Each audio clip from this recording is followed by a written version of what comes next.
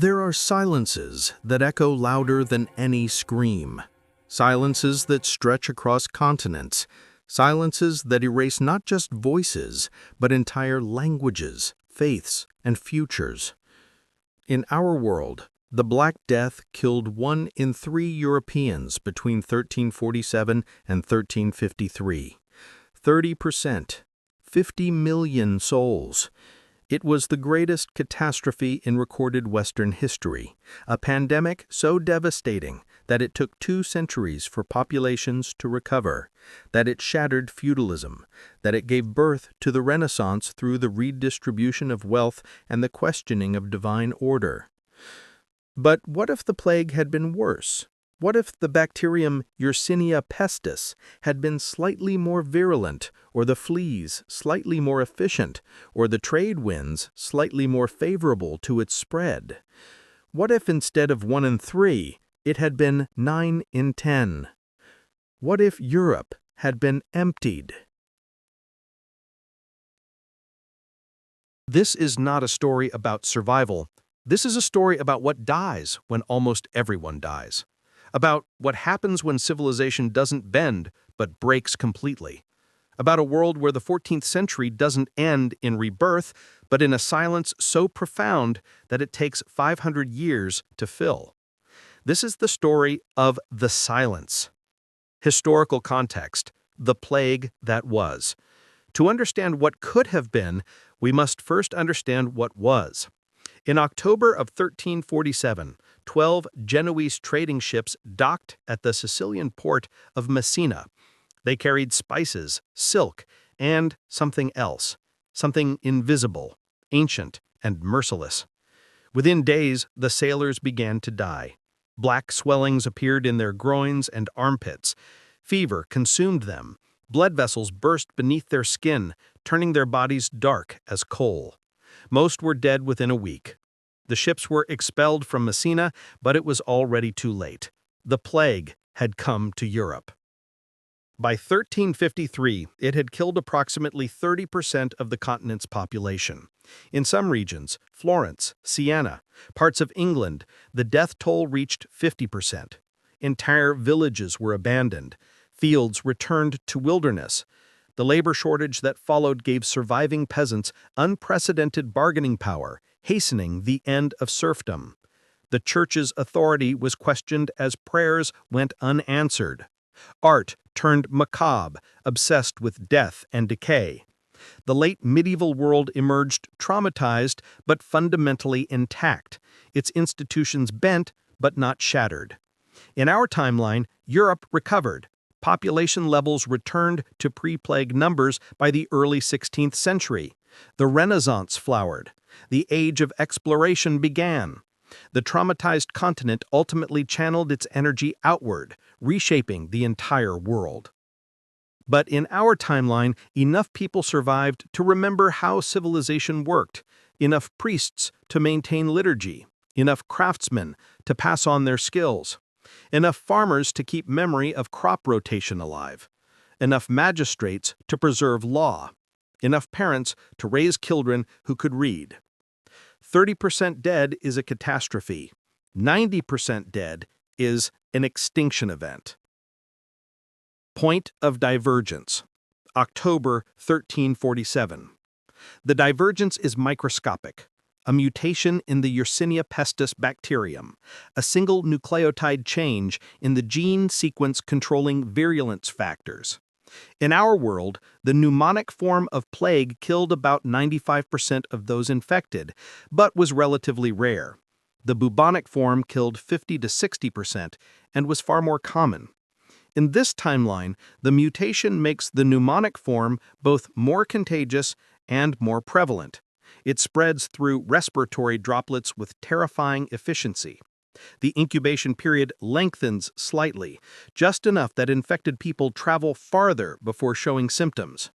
The bacterium survives longer on surfaces, in clothing, in grain shipments. When those 12 ships arrive in Messina, they don't just carry 6 sailors. They carry a pathogen optimized for maximum human devastation. The initial spread is identical to our timeline: Sicily, then Italy, then following trade routes north and west. But the infection rate is different. In our world, if 10 people were exposed, 3 or 4 might fall ill. In this world, if 10 people are exposed, 8 or 9 sick fall ill. And of those who fall sick, 95% die. By Christmas 1347, all of Sicily is a graveyard. By Easter 1348, Rome's population has collapsed from 50,000 to fewer than 3,000. The Pope flees to Avignon, then watches in horror as Avignon itself empties. Florence, Venice, Genoa, cities of hundreds of thousands reduced to thousands within months. But it's not just the cities. The plague reaches the countryside with equal fury. Small villages, isolated monasteries, remote farmsteads, none are spared. The very isolation that might have protected them becomes their tomb, as one infected trader or fleeing refugee brings death to communities with no immunity, no knowledge, no defense. By the winter of 1349, the death toll has reached 60% across most of Europe. By 1350, 75%. By 1352, 85%. And then the second wave arrives. In our timeline, the Black Death had periodic returns, but they were less severe. Populations had developed some immunity, medical knowledge, primitive as it was, had improved slightly. Communities had learned to isolate the sick, to burn infected materials, to flee before the plague arrived. In this timeline, there are not enough people left to maintain such knowledge. The physicians are dead. The monks who might have copied medical texts are dead. The magistrates who might have enforced quarantine are dead. When the plague returns in 1352, it finds a continent of scattered survivors living in the ruins of civilization. Small bands of people huddle in fortified manor houses, monastery towers, city strongholds. They've survived the first wave through luck, isolation, or some unknown immunity. But they're exhausted, malnourished, traumatized. The second wave doesn't need to spread far. It simply finds the pockets of survivors and eliminates them. By 1355, Europe's population has fallen by 90%. Of 75 million people in 1347, fewer than 7.5 million remain. To put that in perspective, the entire European continent now has fewer people than the single city of London had before the plague. These survivors are not evenly distributed. They cluster in remote regions, Highland Scotland, the Norwegian fjords, isolated alpine valleys, the depths of Polish forests. Cities, those incubators of disease, are almost completely abandoned. Of the great urban centers of medieval Europe, only a handful retain populations in the thousands. Paris, once home to 200,000, now shelters fewer than 8,000 souls behind its walls. And most of those are slowly starving because there aren't enough farmers left to till the fields outside. London is worse. Of 80,000 residents, perhaps 3,000 remain, and they've retreated to the Tower and a few fortified church complexes. The rest of the city burns intermittently, as survivors set fires to cleanse infected buildings, and no one is left to put them out. Constantinople, the jewel of the East, fares slightly better only because the Ottoman Turks have their own catastrophe to manage. The plague has killed 90% of their population, too. The survivors face a question more existential than any in human history. Can civilization survive when almost everyone who knew how to maintain it is dead? The collapse, 1355 to 1400. What dies when 90% of humanity dies? First, the skills die. The master stonemason who knew how to build a cathedral arch that wouldn't collapse. The physician who could diagnose dropsy versus consumption. The miller who understood the precise angle for water wheel gears. The scribe who could write in both Latin and vernacular. The merchant who knew the routes to the Silk Road. The shipwright who could design a vessel capable of crossing the North Sea. Most of these people are dead. and they died before passing on their knowledge. Second, the infrastructure dies. Roads require maintenance, ditches cleared, bridges repaired, surfaces restored. Without constant attention, they disappear within a generation. Aqueducts crack and leak. City walls crumble. Mills fall silent as gears rust and dams break. Fields become forest as there aren't enough hands to clear them. Third, trade dies. In 1347, Europe was interconnected through a vast network of trade routes. Flemish cloth moving south, Italian silk moving north, Spanish wool moving east, Baltic timber moving west. This network required constant maintenance. Thousands of merchants, tens of thousands of sailors, hundreds of thousands of porters and drovers and warehouse keepers. By 1360, this network has collapsed completely. The Hanseatic League is a memory. The Venetian trade empire is 3 ships and a dream. The great fairs of Champagne see no visitors. Long-distance trade vanishes. Each surviving community is thrown back on its own resources. Fourth, and perhaps most devastatingly, memory dies. A human society isn't just people, it's accumulated knowledge passed from generation to generation. But when 90% die, that chain breaks. The old don't live long enough to teach the young. The literate die before copying the books. The skilled die before training apprentices. By 1380, most survivors under the age of 40 have never seen a functioning city. They've never seen a large-scale harvest, a cathedral under construction, a university in session. They know civilization existed because ruins surround them, but they don't know how it worked. Books molder in abandoned libraries. No one can read most of them. Latin literacy has plummeted, and in many regions, literacy itself has become rare. The few who can read guard their knowledge jealously, creating tiny scribal communities that preserve fragments of texts like precious relics. The church survives, but barely. Monasteries with a dozen monks try to maintain traditions designed for communities of hundreds. Bishops oversee dioceses where 90% of churches stand empty. The papacy itself relocates repeatedly, seeking regions with enough survivors to sustain it. By 1390, the Pope resides in a fortified monastery in the Alps, protected by a guard of fewer than 100 men, spiritual authority over a continent of ghosts. Political structures collapse entirely. France, England, the Holy Roman Empire, these are names, nothing more.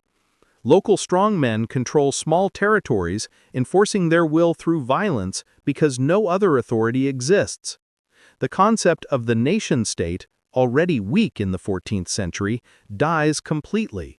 Europe fragments into thousands of tiny domains, most containing fewer than 1,000 people. The Scattered Peoples, 1400 to 1500. By 1400, Europe's population has stabilized at around 7 to 8 million, scattered across the continent in isolated pockets. 2 generations have passed since the silence began. The survivors have had children, and those children have had children. A new society is emerging from the ruins of the old, but it bears little resemblance to what came before. The survivors have clustered into 3 main types of communities. The fortress communities, small groups, usually 100 to 500 people, living in defensible locations, castles, walled monasteries, fortified manor houses. These communities are ruled by whoever could claim the fortification and defend it. Some are led by surviving nobles, others by former sergeants or wealthy merchants who were in the right place when the old world died. They maintain the strictest hierarchies, the most medieval social structures, because they're trying desperately to preserve what they remember of the old order. The forest peoples. Larger, more dispersed populations that have abandoned urban life entirely and retreated into wilderness.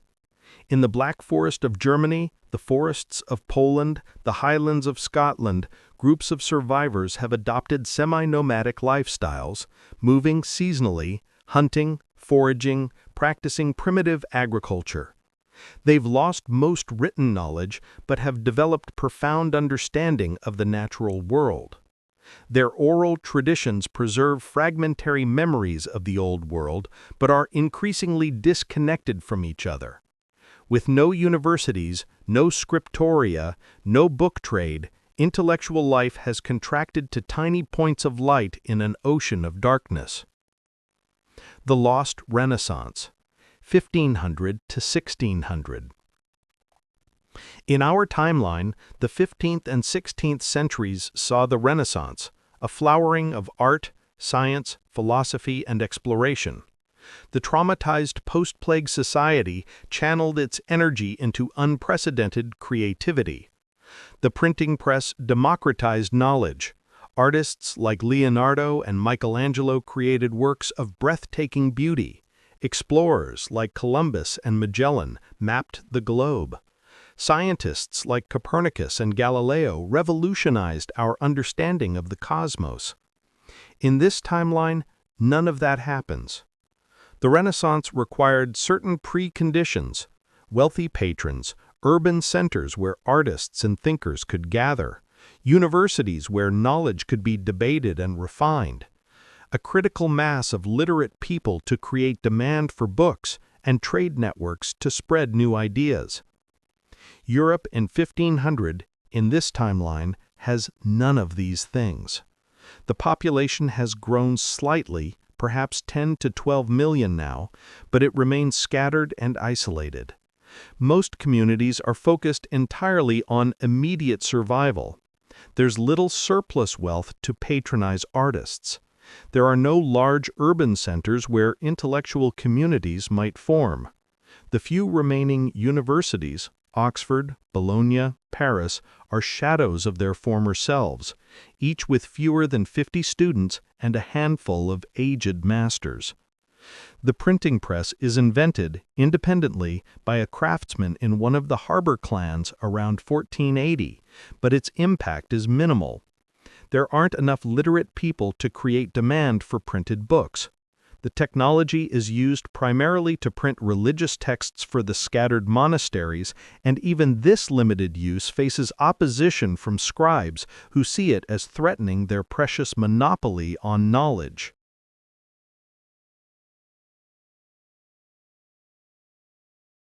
And then, on a cold October morning in 1605, strange ships appear off the coast of Ireland. They're unlike anything the harbor clans have seen. Massive vessels, three-masted, with intricate rigging and dozens of guns. They fly flags unknown in Europe. Their crews are small, disciplined, and speak a language that sounds vaguely familiar but is incomprehensible. They're Chinese. In this timeline, China suffered its own plague outbreaks in the 14th century, but the death toll was far lower, perhaps 30%, similar to Europe in our timeline. Chinese civilization bent but didn't break. By the 16th century, the Ming dynasty had recovered, prospered, and turned outward. Where Europe might have explored the world, China did instead. In 1405, in both timelines, the Chinese admiral Zheng He began his famous voyages across the Indian Ocean. In our timeline, these voyages were eventually discontinued due to internal political disputes. In this timeline, with less competition from a devastated West, they continued. By 1500, Chinese ships were regular visitors to East Africa, India, and the Middle East. And now, a century later, Chinese explorers have rounded the Cape of Good Hope, sailed up the African coast, and reached Europe. What they find horrifies them. The Chinese ships' crews encounter scattered fishing communities speaking degraded forms of languages they vaguely recognize from ancient texts. They find magnificent ruins, cathedrals, castles, aqueducts, maintained by populations that clearly don't understand how they were built. They find people living in the shells of buildings designed for populations 10 times their size. The Chinese explorers make contact with several communities along the Atlantic coast. They trade, cautiously, Chinese silk and porcelain for European timber and amber. They document what they see with meticulous detail, and then they leave, deeply disturbed. The Chinese accounts when they reach Beijing describe Europe as a ghost continent, a land haunted by the ruins of a great civilization that destroyed itself. The accounts become legendary in China, cautionary tales about the fragility of civilization and the importance of maintaining social order and proper governance. For the Europeans who encountered the Chinese ships, the experience is equally profound. For the first time in over 250 years, they've encountered evidence that the rest of the world still functions, that somewhere civilization continues. The harbor clans begin telling stories about the jade ships that came from the east. And these stories spread slowly through the scattered communities. Some communities interpret this as a religious sign, proof that God hasn't abandoned humanity entirely, that somewhere the world still works. Others see it as a challenge. If others can build such ships, perhaps they can too. A few isolated thinkers begin to wonder, what else was lost? What else might be recovered? The Long Crawl, 1600 to 1800. The Chinese visit sparks something in European consciousness. Not a renaissance, not yet, but the first stirrings of ambition beyond mere survival. Over the next 2 centuries, Europe's population slowly grows. By 1700, it reaches 20 million. By 1800, 35 million. It's still only half of what it was in 1347, but it represents progress. The fortress communities gradually evolve into small city-states, each controlling a territory of a few hundred square miles. These city-states are hierarchical, militaristic, and deeply conservative, but they're stable. They begin to trade with each other, cautiously at first, then more regularly. Roads are rebuilt, at least the major ones. Bridges are reconstructed. Markets reappear. The forest peoples begin to settle, adopting permanent agriculture again. They bring with them a deep knowledge of the natural world that the fortress communities have lost. Slowly, agricultural yields improve. New techniques are developed, not through scholarship, but through hard-won trial and error. The harbor clans expand their range, building larger ships. They never achieve the size and sophistication of the Chinese vessels, but by 1700, they're capable of crossing the North Sea reliably and even venturing into the Atlantic. They discover Iceland, still inhabited, and Greenland, now empty. The Norse colonies there died during the silence. Knowledge begins to accumulate again. Scribes in monasteries compare their fragmentary texts and realize how much has been lost. A few dedicated scholars begin trying to reconstruct lost knowledge, not by innovation, but by archaeology, studying ruins, trying to understand how the ancients achieved what they did. Around 1720, a scholar in one of the Italian city-states discovers a cache of relatively intact books in a sealed library beneath a collapsed building. Among them are works by Aristotle, Galen, and Euclid that the monastery libraries had lost. The discovery triggers a wave of ruin archaeology, explorers venturing into the dead cities, seeking books, tools, anything that might teach the lost arts. The first new university is founded in 1755 in a city-state on the Baltic coast. It has 12 professors and 80 students. The curriculum is focused entirely on trying to understand pre-silence texts. The concept of original research is still foreign. The goal is recovery, not discovery. The silence is still too recent a memory. The ruins that surround every community are constant reminders of how much was lost, how fragile civilization is. The alternative present, 2025.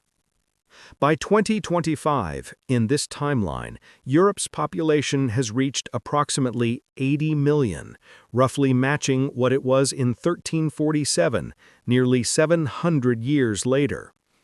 The continent is unrecognizable from our timeline.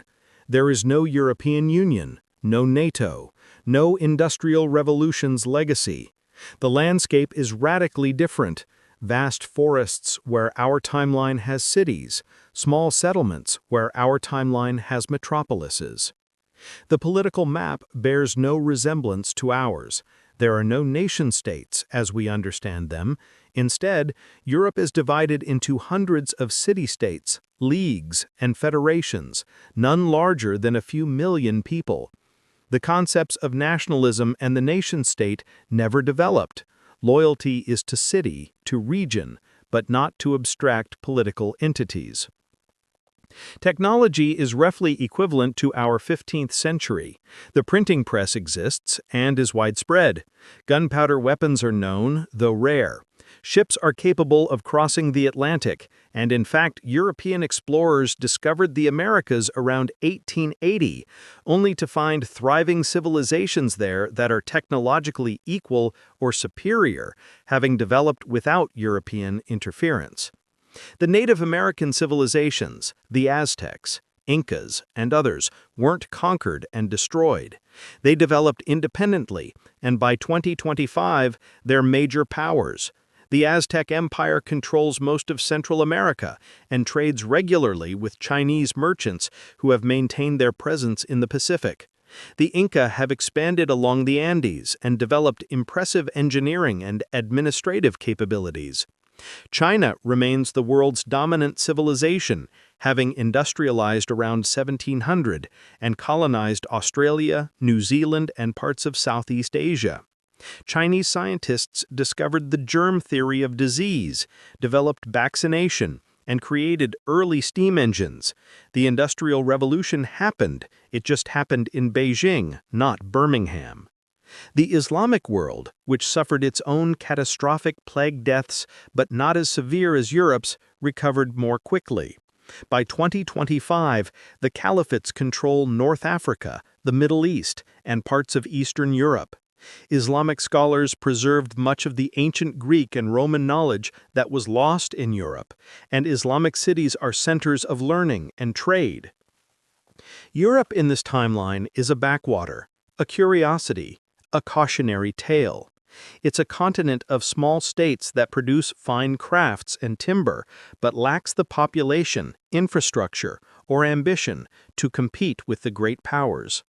European scholars still speak of the silence in hushed tones, still study the ruins of the old world, still tell stories about the time when their ancestors built cathedrals that touched the sky. The great cities of our timeline don't exist. London is a town of 50,000, important regionally but unknown globally. Paris doesn't exist at all. The site is a small market town called Saint-Denis. Rome has a population of 30,000, significant primarily as a pilgrimage site for the fragmented Christian church. The Renaissance never happened. The Enlightenment never happened. The scientific revolution never happened. Or rather, it happened, but in China and the Islamic world, not Europe. Democracy never developed. The Greek and Roman models were lost during the silence. Human rights as a concept never emerged from the European philosophical tradition because that tradition was broken. The world in 2025 is dominated by non-European powers, by civilizations that in our timeline were conquered, colonized, or marginalized. The colonial era never occurred because Europe never had the population, technology, or organization to project power overseas. The slave trade never happened on the scale it did in our timeline. The world wars never happened because the nations that fought them never came into existence. It's a radically different world, neither better nor worse, but profoundly alien to what we know. Reflection: the weight of silence. History is a tapestry woven from millions of threads. Pull one thread and sometimes nothing happens. Pull another and the entire pattern changes. The Black Death in our timeline killed 50 million Europeans and changed the world profoundly. It ended feudalism, weakened the church, redistributed wealth, and inadvertently set the stage for the Renaissance, the Enlightenment, and the modern world. But it killed 30%, not 90%.